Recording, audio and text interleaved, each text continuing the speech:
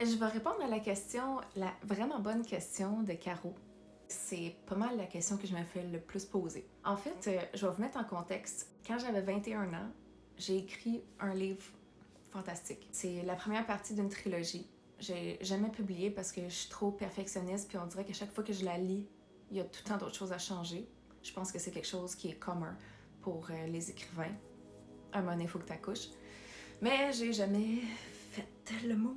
Mais quand que j'ai écrit cette histoire, la version originale, parce qu'elle a été, je l'ai modifiée beaucoup depuis, c'est comme si l'information venait d'ailleurs. C'est comme si je connectais à des mémoires. Bon, avec le temps, parce que je connaissais rien vraiment, comme j'étais au début de mon aventure spirituelle, ma découverte de l'au, tu sais comme, je m'en dire l'au-delà, mais à la conscience collective, aux annales akashiques. Pour ceux qui connaissent pas les annales akashiques, moi je vois ça comme une genre de bibliothèque qui a toutes les informations de tout ce qui a jamais existé, qui a pas de limite de temps. Donc ça peut être dans l'avenir, le passé, qui a pas de limite non plus d'espace, fait que ça peut être dans multiples dimensions, d'autres mondes, peu importe, ok? On peut dire que c'est peut-être mon imagination qui invente ça, mais l'affaire, c'est qu'en approfondissant mes connaissances, mes recherches, mes méditations, tout dans cet univers-là, ben on dirait qu'il y avait plein de liens qui se faisaient, puis qu'il y a plein d'affaires que on dirait sur le coup que je les avais inventées, mais que non, parce que l'information se retrouve ailleurs, puis que tout finalement s'entrelie. J'ai tout le temps été très très imaginative, puis très très connectée aussi, sans savoir que je l'étais. On pourrait dire, c'est comme un super pouvoir. Mais on l'a tout.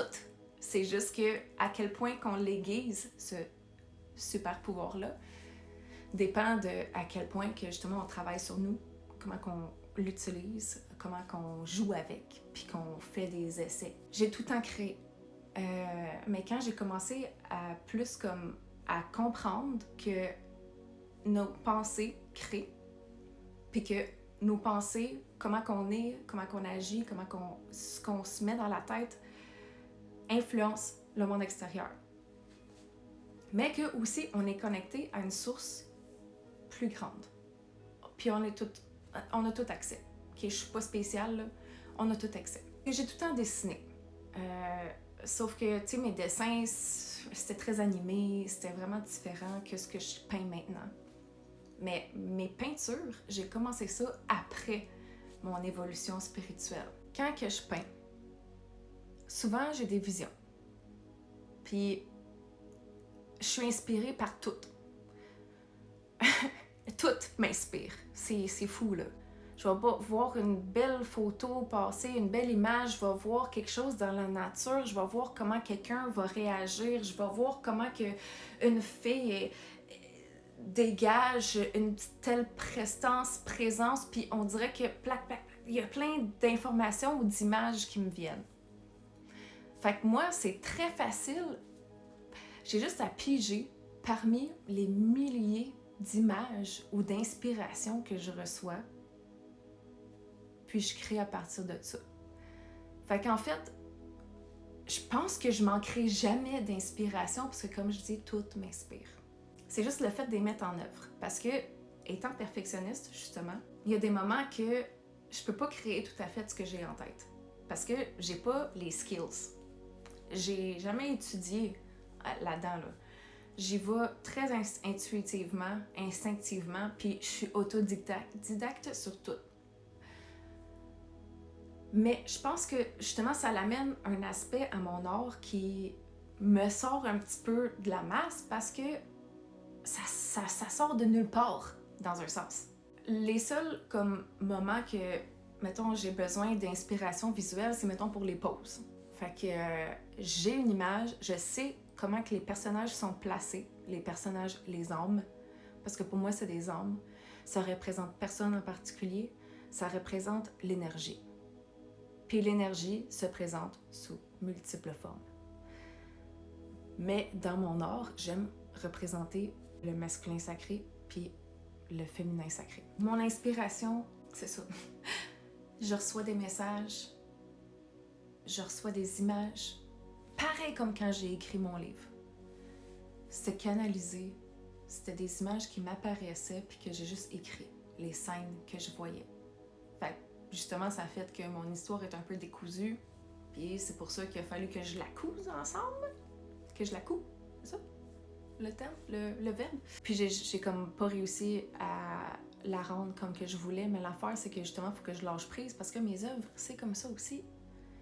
Quand que je peins, j'ai une image en tête, j'ai une vision.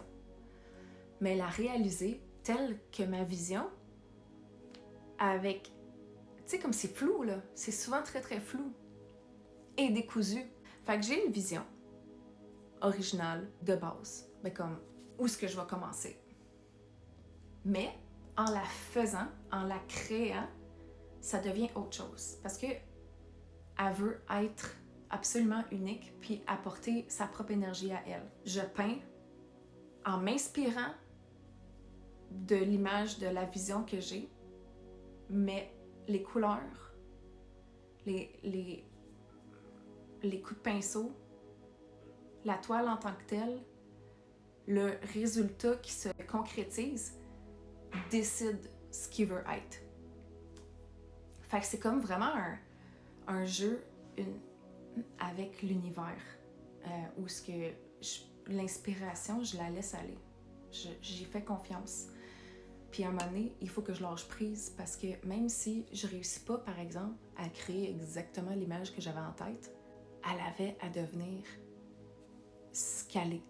Puis quand que je ressens que la toile est finie, je la laisse être. Même si j'ai pas été capable nécessairement de reproduire ma vision telle qu'elle. Comme que vous voyez souvent, mes œuvres sont très comme... sont pas très très détaillées, là. C'est très simple, vaporeux presque. Puis je pense que ça l'amène aussi à une certaine beauté. Fait que je décide d'avoir confiance au résultat final, puis en mon intuition, ou ce que je sais quand elle est finie. Puis je la laisse être telle qu'elle, sans la juger, sans la critiquer, puis l'aimer. Parce que c'est l'univers qui a décidé qu'elle soit ainsi. Je sais pas si ça fait du sens. Mais voilà la réponse à ta question. C'est très détaillé, je sais. Mais justement... Bon, mon chum est arrivé. Allô? On se rejase bientôt. Puis si vous avez d'autres questions par rapport à ce que je crée ou si vous voulez que plus de détails sur certaines affaires que j'ai mentionnées là, dites-moi les, OK? Cool. Bye bye!